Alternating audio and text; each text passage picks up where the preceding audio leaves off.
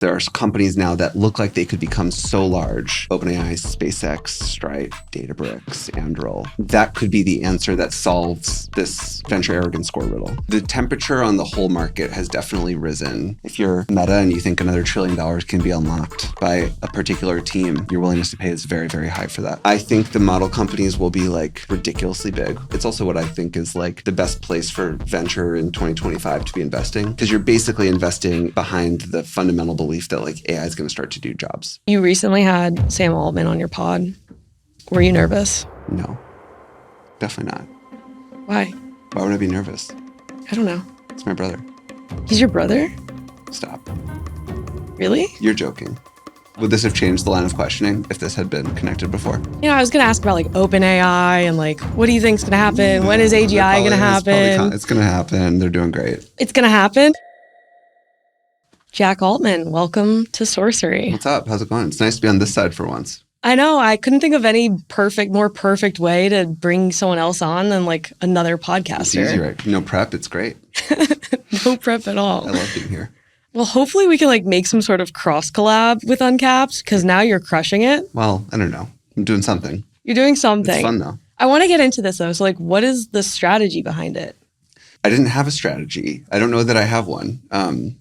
I think on some level, I was just like, it's a fun thing to do. I had done a bunch of podcasts in the past, like during Lattice and stuff, but I was sort of just like, this seems fun. And it's like a good excuse to meet interesting people. And I'm a year and a half into venture, and I was like, this is like a good excuse to get to learn from people who do venture. And I'll be able to ask them a bunch of questions that would be super awkward for me to ask them if I was like seeing them for coffee. But now because the cameras are on, I get to just like grill them. So I didn't really have, and I don't think I really do have a strategy per se. I'm sort of just following my interest. So you're newer to venture. Max mentioned that he's also newer to venture. Shout out to Max. Thanks for some great questions. The cooler Altman brother. So you just kind of started back into this world of VC. How are you thinking about the transition between like founder to VC? Talking about the podcast, one of the things that has struck me talking to all these awesome people is that there's a lot of ways to do it.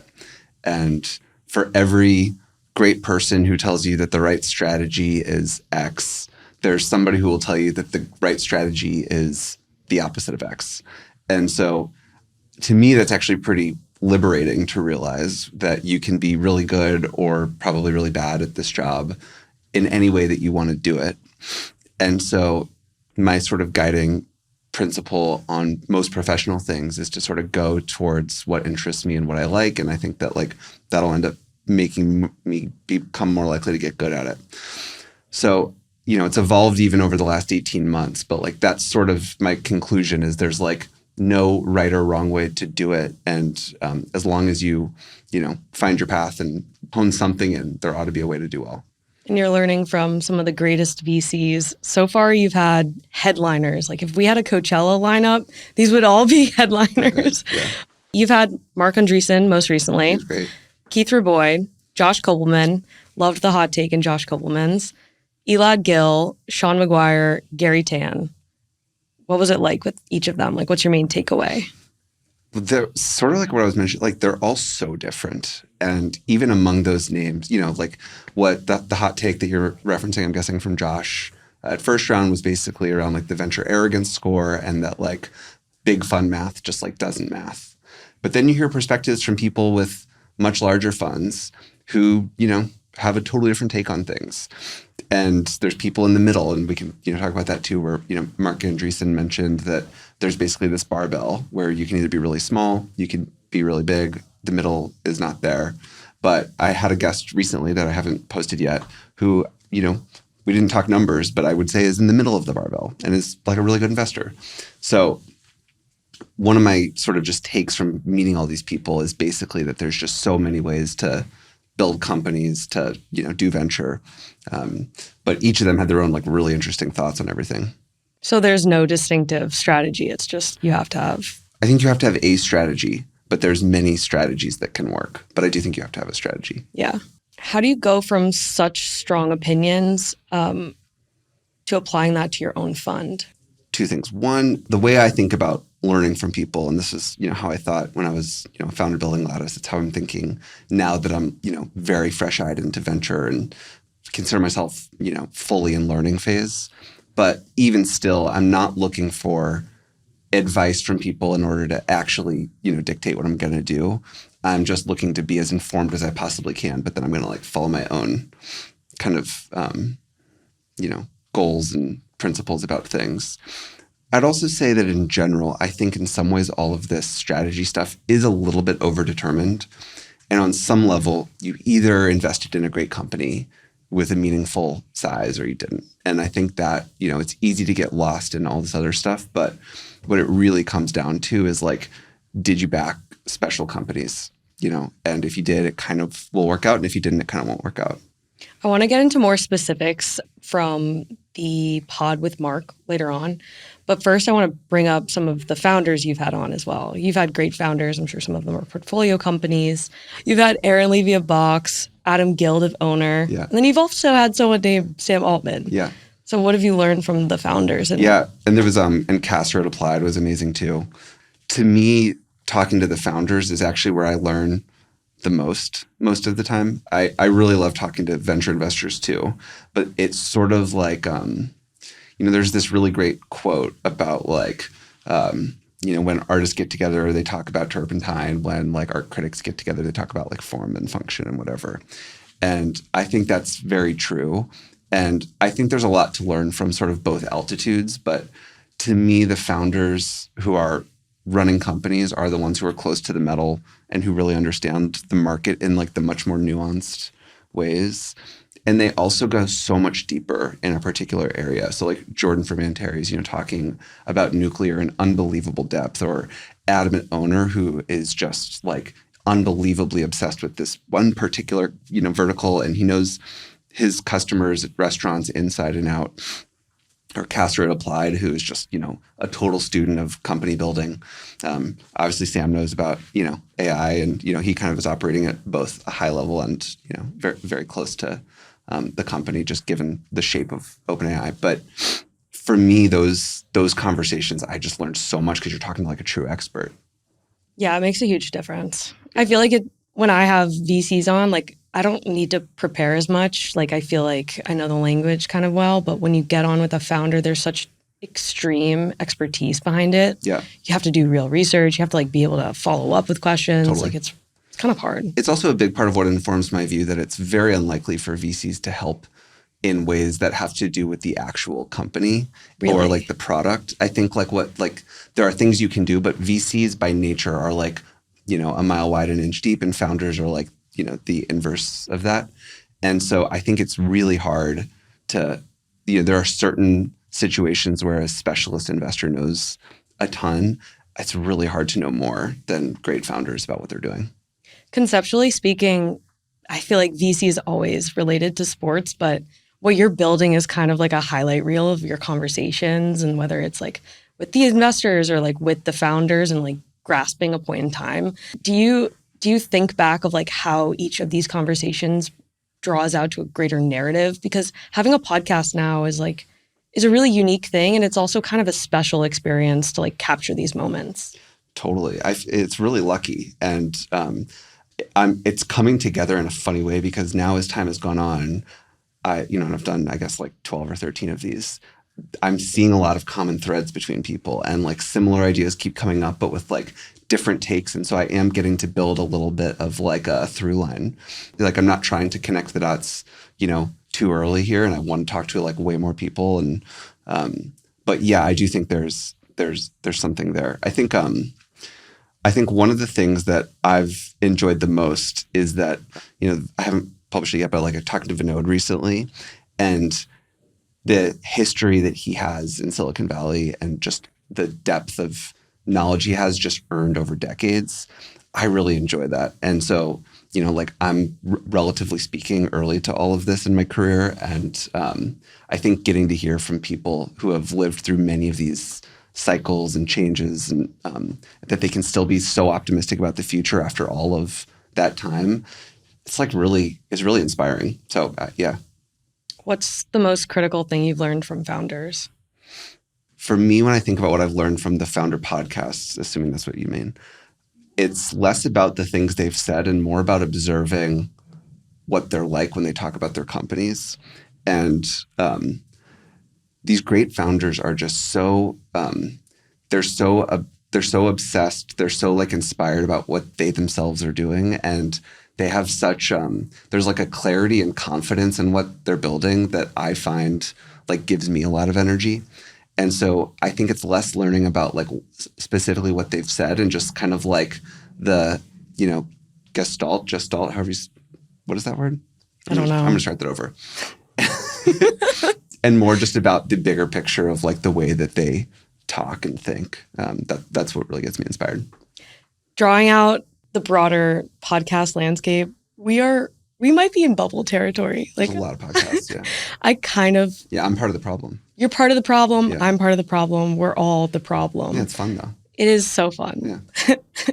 Yeah. The macro kind of like theme of podcasts right now is everybody has a podcast. OpenAI just started one. Stripe just started one. You have one. I think Sam started one. Marc has one. Turpentine, A16Z. Everyone has one. What's your perception on this? Like, is this bubble going to last? Like, where does this go? Well, there's two possible answers. One would be like, there are too many and everybody needs to chill. And like there's only so many hours in the day and people don't want to watch more podcasts. Which is what I had a lot of people tell me that when I was starting and I was like, yeah, I don't care. It's fine. Like if people don't watch it, it's okay. So there's that. And I guess on some level, like for all those podcasts, it's a little bit, it's kind of low stakes on some level. Like, So there's that. But the other side would be like, there's also a lot of restaurants, but there's a lot of people who like need to eat food and there's a lot of days that are going to eat food. And so like, it's possible that podcasts are similar where it's just like people enjoy them and there's actually not enough yet. And there should be 10 times more. So I don't really know. I don't know either. But what stood out to me about yours is like, it seems like you genuinely enjoy it. Like, it seems like there's an authentic love and like excitement around the conversations you're having, the quality of it. Like, you started out and you put out really high quality product. Like, the set's really good, the conversations, the questions, the guests, like it's all great. And then recently you had Marc on, and it seems like from that you've hit your escape velocity and you're really growing. Well, anytime he talks, there's just so much to pull from it. It's like when I was talking to him, I was like, this is unbelievable because I'm like talking to like an informed, tech positive encyclopedia. It was amazing. So it makes sense that anytime he talks, like a lot of people want to hear it. Were you nervous? No, I wasn't nervous. It was fun. I loved it. I could have gone for 2 more hours. Really? Yeah, it was great. How do you prepare for that? So I actually don't prepare that much for these. Okay. By the time I'm inviting people, I mostly already am so interested in so many things about them that I don't need to do that much. And what I found in general also is that like, I don't stick with my questions anyway. So I make them, but I kind of get lost during the conversation and, to me, following what the person's talking about and then going deeper with them that's what I want to do. And so my North Star for this whole thing is just like, I'm going to have the conversation I want to have. I'm not like trying to take it in a certain place. And for me, most of the time, the conversation I want to have evolves halfway through it. So I've ended up not preparing that much. I think also similarly though, to like, there's some people who, when they like do public speaking, they need to like prepare every word and practice it 10 times. There's some people who don't prepare at all. I actually think the worst is like the middle ground. So I'm kind of always been on the far unprep side.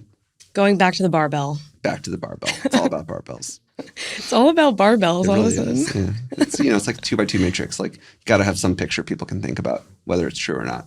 Sorcery is brought to you by Brex, the financial stack trusted by more than 30,000 companies, including 1 in 3 venture-backed startups in the US. Nearly 40% of startups fail because they run out of cash. Brex is literally built to help founders avoid that. Unlike traditional banks that let your money sit idle, chipping away at it with fees, Brex is designed to help you spend smarter and move faster. Their all-in-one solution combines checking, treasury, and FDIC protection into one powerful account. You can send and receive money globally at lightning speeds, get 20 times the standard FDIC coverage through their partner banks, and even high yield from day one. With same-day and even same-hour liquidity, access your funds anytime. Companies like Scale AI, DoorDash, ServiceTitan, Hims, Anthropic, Flexport, Robinhood, and Plaid trust and use Brex. Start today at brex.com/sorcery. That's BREX.com/sorcery.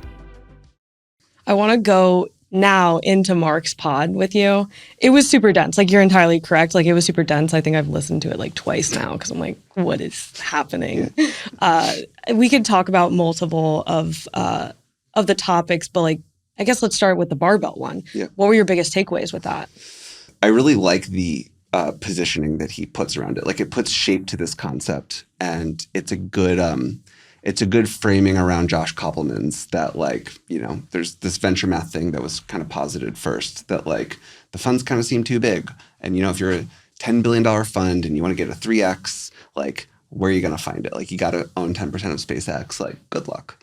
And that makes sense. But I do think that there's another narrative on the other side that I think I actually believe in as well. So when I think about firms like, you know, Andreessen's amazing. I think about Founders Fund. I think about Thrive. I think about Green Oaks. I think about these firms that are able to get huge positions in companies that are big. And the sort of the contrarian bet, let's say, for them is not that they believe this company is good and the rest of the market believes that it's bad. It's that they believe harder that it's good. And so if you're investing a lot of money in Anduril at $30 billion, everybody believes Anduril's a great company now. But how hard do you believe that? Do you believe it's going to be a $300 billion company and so on? And so I do think that there's this sense in which there are companies now that look like they could become so large. OpenAI, SpaceX, Stripe, Databricks, Anduril, many more. That could be the answer that sort of like solves this venture arrogance score riddle. And if the strategy includes just placing huge bets on those companies later, the math could all work. And so to me, I liked that framing. The part I'm least sure about with the framing is that the middle shouldn't exist. That I don't know if I have clarity on that yet. The reason is I still think that a Series A or B or C founder, for the most part, is going to pick a partner that they really like, a brand that they trust and respect, a team that they think can help them, and like a price that works. And I don't know if the founder cares whether that fund is 200 million, 1 billion, 3 billion, 7 billion. Like, I just don't think that the middle can't exist necessarily, but, you know, it's a provoking thought. Could you explain more on the middle? Like, what is this middle ground that he's talking about? Well, I think basically what he's saying is there's specialists, which either means that your specialty is a sector or a stage or a way that you help companies. And so you're like a boutique. You know, like this is like the Gucci in the way he described it. Or you're hyperscale. You are resources and your power and your, you know, access to, you know, the world, your access to the government, et cetera, because you have all this institutional strength, which I buy that too. And I think what he's talking about is that in the middle, you're trading off both the ability to be a specialist and you're not big enough to be, you know, institutionally powerful like that, which is a believable description of the world. What do you think it takes to win one of these hyper-competitive rounds now? I think it's different in each case. There's not a single-threaded answer. There's a few answers that I think the best founders that have all the choices in the world can have. For some of them, they pick based on, you know, round dynamics and price and valuation and low dilution and all the rest of it. And I think that that's actually like, there's nothing wrong with that, particularly if you're an experienced founder and you're like, my VCs aren't going to help me that much anyway. And my company's brand is already bigger than, you know, most of these VC brands. And so I don't need to even have theirs help me get forward. It's pretty rational, you know, so long as you think the money's not like reputationally, you know, damaging or the investor's going to be a pain in the ass for you or whatever. So that's one bucket. Another is people picking based on brand, which I think is super logical as well. You need to hire people. You need to, you know, win customers. You need to get downstream capital. You need to basically just like take the oxygen out of the room and have an aura that your company's the leader in the space. And so having Sequoia do your round implies that very smart investors who themselves have lots of options picked you. So I think that's one. And then sometimes people pick based on who they like, you know, who do they connect with? Who do they want to go through the journey with? Who do they want to be the person that they're going to call on the phone every other day as a board member? Who do they think can be useful to them? And I think all those reasons can happen. I think different founders have just like different tastes and sensibilities on this stuff, and there's not a right answer. Vibes. Yeah, vibes. Well, you're also a successful founder. You raised hundreds of millions of dollars. This was, a couple years ago. Now, fast forward, like the environment's totally different. If you were in the founder seat today, do you think you'd be pulled by one way or another? I think I now would be, I would be mostly focused on people I liked and terms that I liked, to be honest. I would still want to have, good firm brands and everything like that. But one of my learnings with Lattice was that like particularly your board, all your investors, but mostly your board members, that's where you're really picking somebody who's going to be with you as a through line through the company. And it's hard to see it when it happens because you're just in a frenzied round and you're just like, there's like, competing term sheets and you're, when you're on the good side of that as a founder, it's like, it's a bit of a rush. It's also a bit stressful. And it turns out, though, that what you're picking is somebody who's going to be there with you longer than most of your employees are going to be with you. And you're going to talk to them about stuff that you're not going to talk to your employees about because you can't. So I think that would matter a lot to me if I did it again. Most founders, early stage founders, don't have that kind of foresight. What advice would you give to them for picking board members? My advice on it would basically be like, it doesn't matter so much at your seed, to be honest, because those investors are with you, tightly for a couple of years. But in the fullness of time over the course of a company, it's less. But I think once you get to your board, I would just make sure it's somebody that you want to spend time with, because over the years, you end up talking to them about a lot of high stakes stuff a lot of times. Yeah. Yeah. You also mentioned terms. Terms right now are crazy and valuations are crazy. Yeah. What is your sweet spot for, packaging up a deal? You mean like where am I investing? Yeah. I'm doing seed and Series A. I've been doing more Series A's lately for whatever reasons, but I'm going roughly early stage because my fund's not that big. I do think terms are crazy, and however, I'm not sure that this vintage isn't really good. And maybe I'm drinking the Kool-Aid. I'm trying to like only cautiously be super optimistic, but my instinct is that I want to be really optimistic right now because I do believe that we're in a super cycle, and I do believe that this is like, Sam called it a scientific discovery, and I do believe that, and that this like a real thing happened that's unlocking a huge amount of innovation and value, and like, millions of jobs are going to be done by AI, which I don't see that as being replaced by. I mean, I think they're going to be done by, and then that means people are going to unlock more economic value on top of that. So I'm really bullish, but at the same time, I'm like, these valuations are high.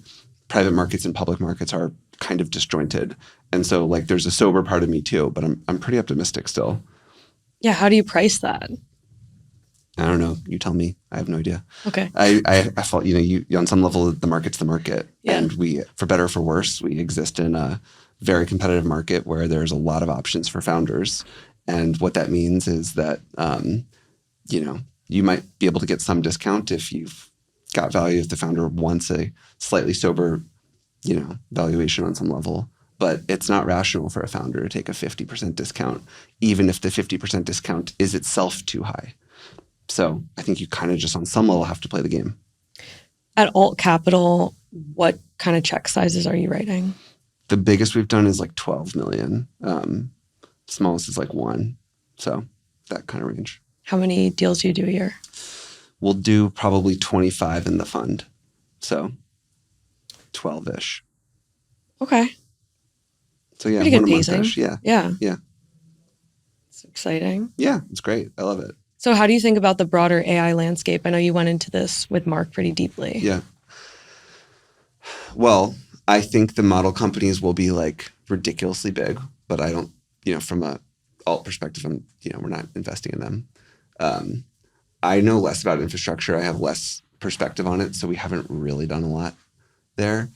And then applications are just like the obvious place for me, both because of my background, but it's also what I think is like the best place for venture in 2025 to be investing, because you're basically investing behind the fundamental belief that like AI is going to start to do jobs.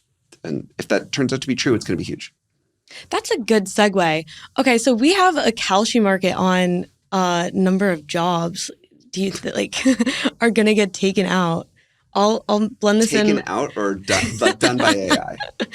Okay, well, there's two approaches to this. So do you think there's going to be more tech layoffs this year than in 2024?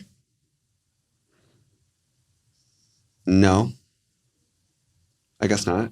No? Not necessarily. I think a lot of what's happening right now is people are buying AI and then just hiring less. Mm-hmm.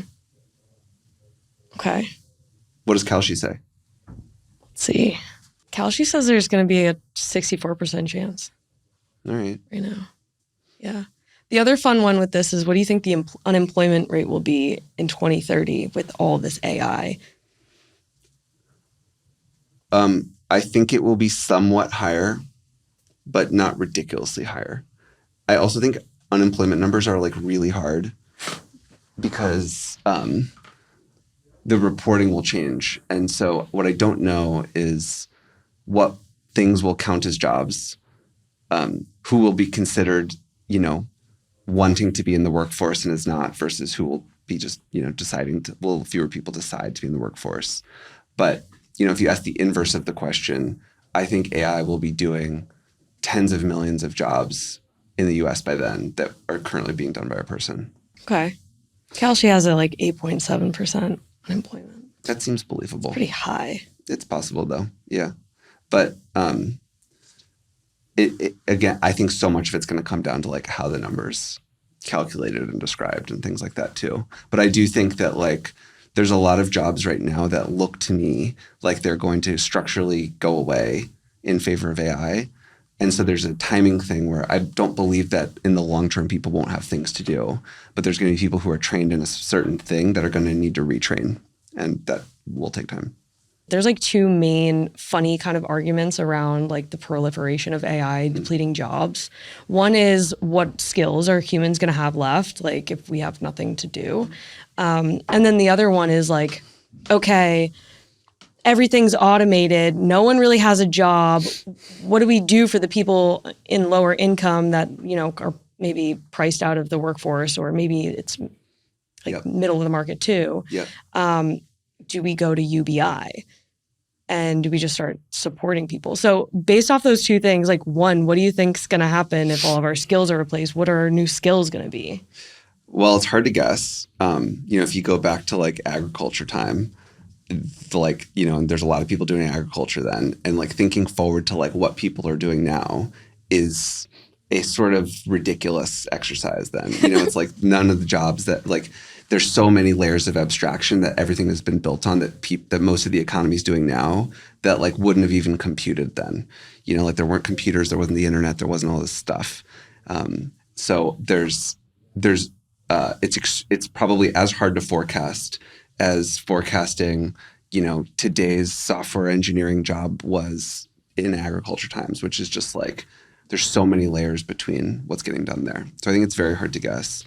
On the UBI thing, my hot take is there's already a reasonable amount of UBI, and it's just in the form of, companies employing people that the job is either zero productive or counterproductive. And so that's actually a form of it that already happens. I think it will be very difficult to get the government to go to national UBI. So I don't expect that to happen sort of in time, relatively speaking. Imagine tomorrow that getting put in place. It's good luck. It's extremely hard to make that kind of thing happen at a government level. And I think it is unlikely to happen until there's a big problem, unfortunately. So that's less. I would not guess that solves things in sort of the timescales that we're talking about here. I think that people will still have things to do, but I also buy the argument that there will just be more. There will be more total resources in the world. More stuff will get done for less amount of human work, and that might just be a good thing.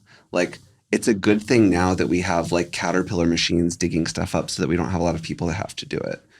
And maybe it's a good thing that a lot of monotonous jobs that people don't love, that take them away from their families, are going to get done by a computer. And, hopefully the arc of time is that people get to do more and more interesting things over time.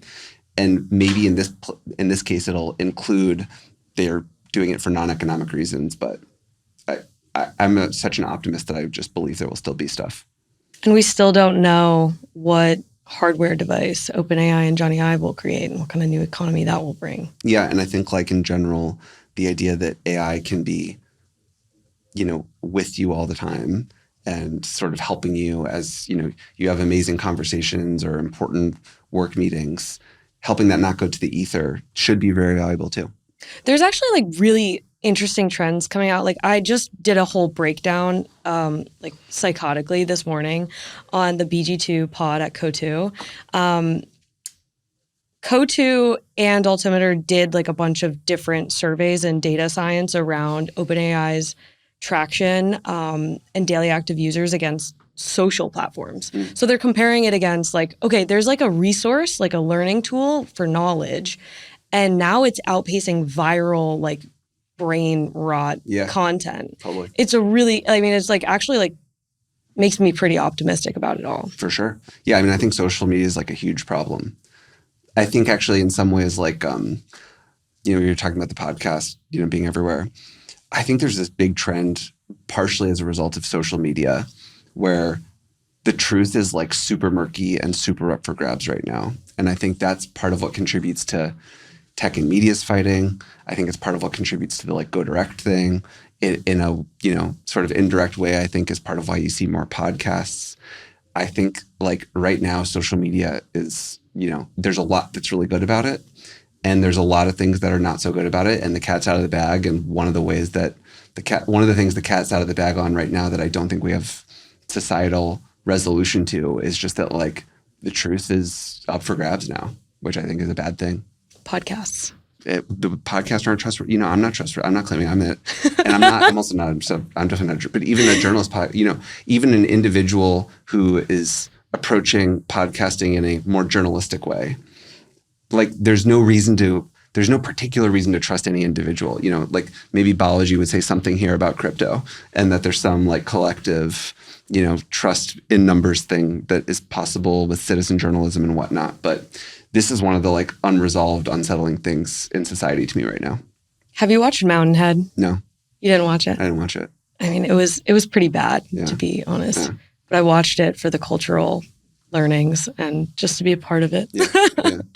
But it was launched, it was published, I think, around the same time as Google VO3. Same kind of narrative. It's there's a super high power, tech founder. He releases this social network tool that creates any sort of generative AI video and just pure deep fakes. And it causes global unrest, wars, terrorist attacks, all this kind of stuff, which, it's really funny that they launched that right around the same time as Google VO. I wonder if there was some, coincidence there, Yeah. Are you at all worried about deep fakes? It's not good. It's not the highest thing on my list of concerns with AI, but it's not good. Yeah. It's one of the obvious vectors of attack and, security threats and, pretending to be a family member who needs help or just public humiliation or whatever. It's got a lot of issues. Yeah. Okay. So we'll get you to watch Mountainhead next time so we can gossip about this. Great. I think this might be one of my most critical questions of this conversation. You recently had Sam Altman on your pod. Were you nervous? No, definitely not. Why? Why would I be nervous? I don't know. It's my brother. He's your brother? Stop.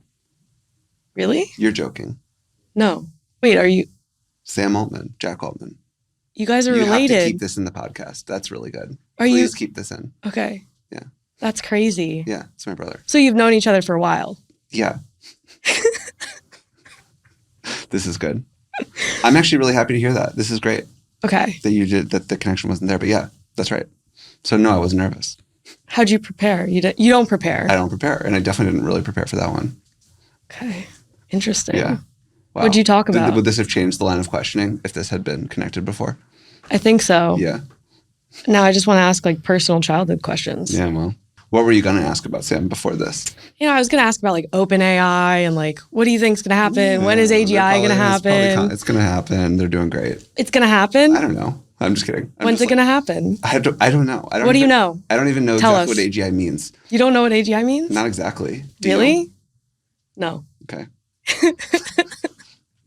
So what was It's going to keep getting smarter. It's going to keep doing great. Are you going to have AGI?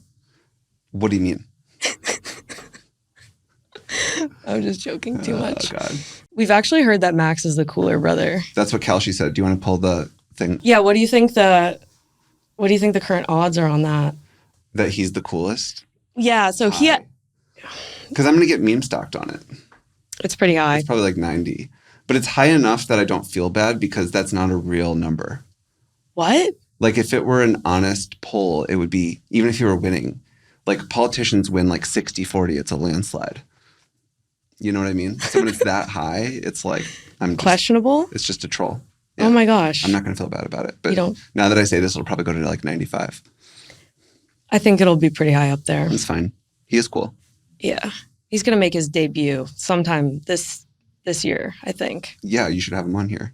We're definitely booked. I met him actually at Hereticon last October. Amazing event. Highly recommend. Mike Solana pulls off like the best tech event ever. It's not a conference. Yeah, I've heard it's great. But it's Hereticon. That's not, yeah, I've heard it's great. So we've been planning. We've been trying to plan. When is the Max debut going to happen? Get him out here. Speaking of that, do you think he's going to have a podcast soon? It'd be great if he did. I wanted him to come on mine. I'm still working on it. What are you going to talk about? I'll talk about whatever. He's just great to talk to. I mean, yeah, he's just like he's got all kinds of hot takes. I want to get him to say all his spicy stuff. It's hard though. I know. From your conversation with Sam, like more seriously, you guys were talking about AI and its impact, and what were the biggest impacts that you guys pulled? I don't want to put words into your mouth. I think the obvious one is just that it's going to it's on a trajectory to basically do the vast majority of current jobs that are sort of done by, sort of white collar work, let's say. It's going to be able to do most things that people do whose job is predominantly typing, talking, having meetings, et cetera. And that's great. Like it already is really good at programming. It's really good at having voice conversations. It's great at chat. And it seems very likely that it's going to just keep moving down the list and become good at being a lawyer. It'll be good at being a doctor. It'll be, good at being a structural engineer. And that's great. The other thing that will be interesting is at some point it'll become embodied and it'll be good at moving stuff around. And this, podcast studio will be set up by a humanoid that's capable of just bopping around and doing it all. And it'll have dexterous little hands and it'll put the mics in the right place and it'll hit, record. And that's cool. So I think on some level, when you think about it, unless you have a thesis for why technological progress will stop, and then you just, are willing to sit with like the sci-fi conclusions of it all, seems like that's where we're going. So to me, that's like an obviously huge deal. It sounded like Sam was also really excited about the scientific impact of it all. Totally. Like if it can discover new therapies and if it can, you can imagine a world where life expectancy starts to trend up over time. I think this will take longer, but if you're, doing billions of brilliant, principal investigators, scientific research simultaneously on a server somewhere, we could be discovering amazing stuff. So that's super promising. It also could lead to, the ability to go to space more easily or to, be smarter about capturing solar energy or, there's like amazing possible outcomes from it. What are the biggest constraints? It seems like even aside from the AI, it seems like there's like just regular robotics work that still has to be figured out. On science, I don't know what is, between here and it discovering a cure for cancer, but obviously there's like more intelligence to go to get there. So like it's, at the moment, the things that AI is unequivocally good at, I would say, are coding and chat and, some auxiliary things, around, parsing information and summarizing and things like that. But it seems like it'll get good at everything. Infrastructurally, it seems like there's a huge power and energy constraint. I know you've invested into some nuclear companies, so could you share more about that? Yeah, I mean, energy is going to obviously be essential because, you look at the chart of how, energy is going to be consumed by AI, and it's just, it's a big deal. On the nuclear side for that, fusion and that getting properly figured out, I think is going to be the bigger impact for like grid level power. Fission, which is what, the company we invested in, Antares, that's super important too. I think we had a huge societal fumble on nuclear, like over, the last 80 years. And bad things happened militarily. And obviously there were also, nuclear power plants that went super wrong. But from an energy perspective on like an AI scale, I think like fusion unlocking is a really big deal.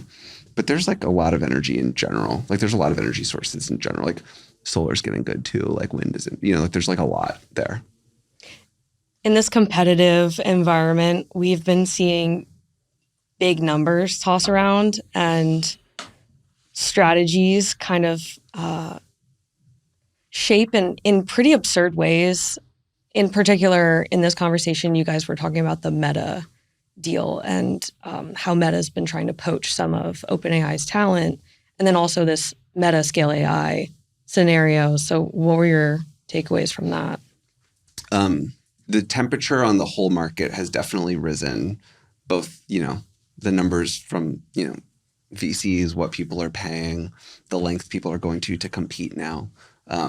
In scales market in particular, I'll give a shout out to a portfolio company of ours, David AI, which is like, voice data. And that market in general has seen unbelievable just pull. Like the demand from the model companies to get good, clean data that they can use is like a huge competitive advantage, and it's like super critical.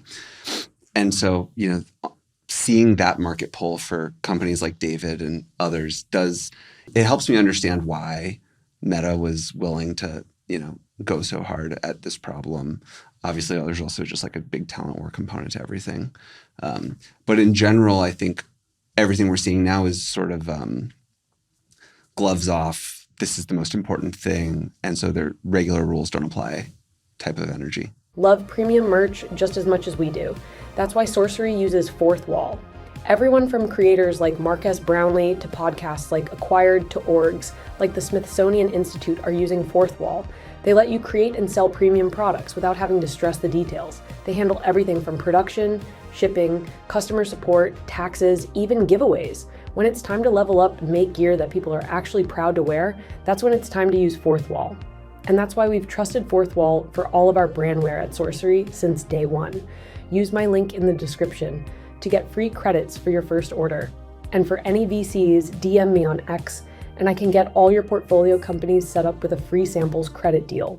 You think there's going to be more acquisitions? Yeah, for sure. Super safe, super intelligence. There you go. I just think, and some of these acquisitions are for talent and, people paying whatever it takes to get the people that they think can unlock. If you think that if you're Meta and you think another $1 trillion can be unlocked by a particular team, your willingness to pay is very, very high for that. So I think you'll see that. I think you'll see, acquisition of companies in general. So yeah. I mean, do you think that's why those companies came out the gate raising billions of dollars at billion-dollar valuations? They all came out swinging, like Thinking Machines and SSI. Those are insane numbers. I can't think rationally like an investor investing in that and thinking they'd get a return. Well, maybe, but maybe you hit another Anthropic, and it's a big market where it's not just OpenAI. So there could be some of both in there. And if you're an investor and you're thinking about like a distribution of possible outcomes, some of them include a crazy acqui-hire that's at an insane valuation, and some of them include it turns into an Anthropic type company that's got a big business in its own right. So I don't know exactly. I agree. The valuations sound really big, but the outcomes are so big. So I don't know how to think about it either. It kind of gets into these abstract places that are hard to think about. Yeah. Gucci Or scale. The end of the barbell. Yeah, exactly. The other one, maybe. weaved these in a little bit, but I want to break down your portfolio a little bit more with alt capital. You've made some awesome investments to date. So they have been awesome. Could you break down some of those companies? Sure.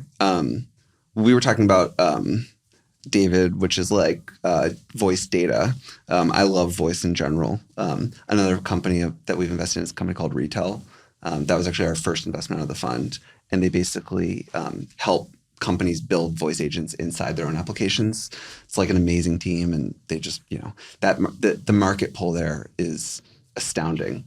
And it actually makes sense because you look at, like a recent YC batch where obviously we know everything is like, it's all AI, but a lot of voice is like really working. Like applications where you can have like a dentist office, like calling and setting appointments, or you can have a, customer support, channel, or you can like do outbound sales or like a million other things.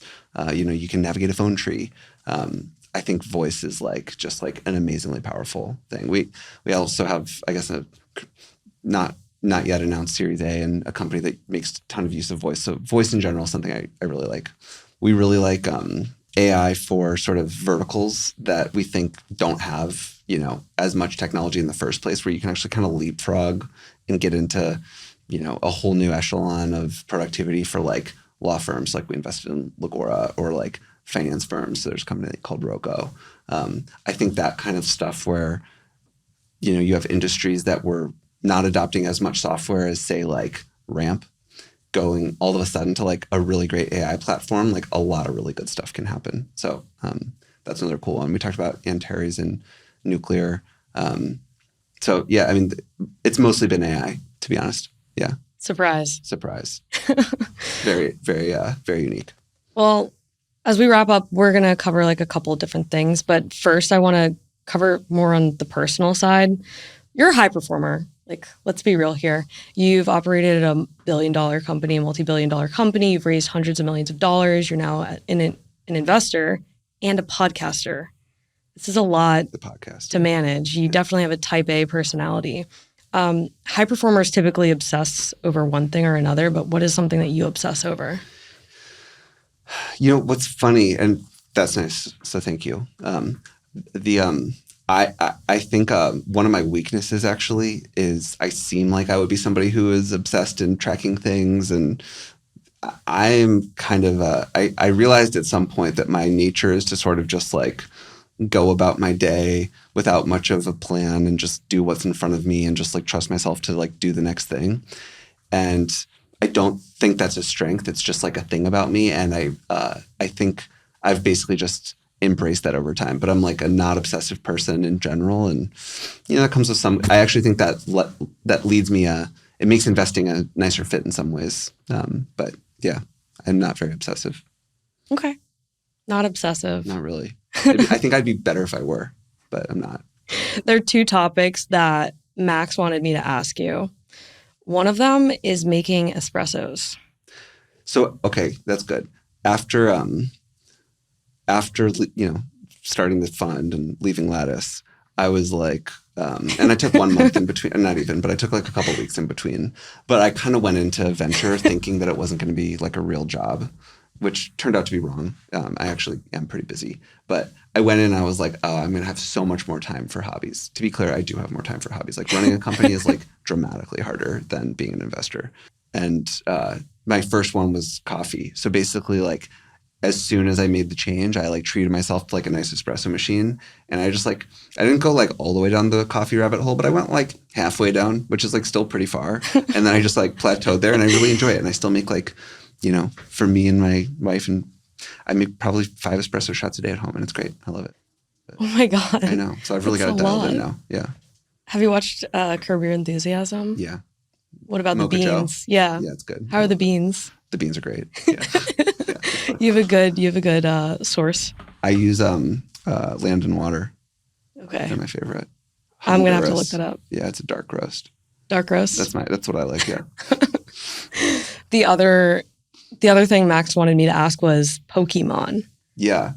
That was another recent bit because my wife's mom found all of her Pokemon cards from childhood. And it turns out that all the Pokemon cards from like 1999 are like super valuable now. And our mom we had them all. We had like all these amazing cards that are now super valuable. They were just like sitting in a basement. And then 5 years ago or something, mom cleaned out. It's okay. No. I'm not mad at you, mom. But my wife's mom had them. So she sent them, and that was kind of fun. So then it led to a little resurgence, and my 5-year-old's super into Pokemon now. And so that's fun. Do you have a favorite Pokemon? No, I'm an adult, so I'm just past it. No, I'm just kidding. You're never too old to have a favorite. No, I actually really do like Pokemon. It's fun. It's like my 5-year-old asked me if I had a favorite color, and I was like, I don't. He's like, why not? And I was like, I don't know. When you're an adult, you just like, you maybe don't have a favorite color anymore. So it was like a little bit of one of those. You just don't care about things anymore. Yeah, fine. Oh gosh. Yeah. Okay. Well, Jack, as we wrap up, what are you most looking forward to this year? Honestly, I'm looking forward to like everything right now. Like I'm just like in a phase of my life right now where like everything feels, I feel very grateful for everything. Like I've got like an awesome family. I love my work. I've got great friends. So I'm just like, I like look forward to every day right now, which is very lucky. That's beautiful. Yeah. That's amazing. Yeah. Well, it was a pleasure having you on. It was a pleasure. Thanks for having me by. From one podcaster to another. You're going to have to come on mine now. That'll be next. Done. Great. Thank you. Yeah. Cool. Sweet. Hey, it's Molly. If you enjoy our interviews, check out our newsletter, sorcery.vc, where we deliver a once-a-week top deals and tech headlines email and also go deeper on our podcast interviews. Subscribe to Sorcery today. And don't forget to subscribe to the podcast on YouTube, Spotify, Apple, or wherever you listen. Link in description to sign up.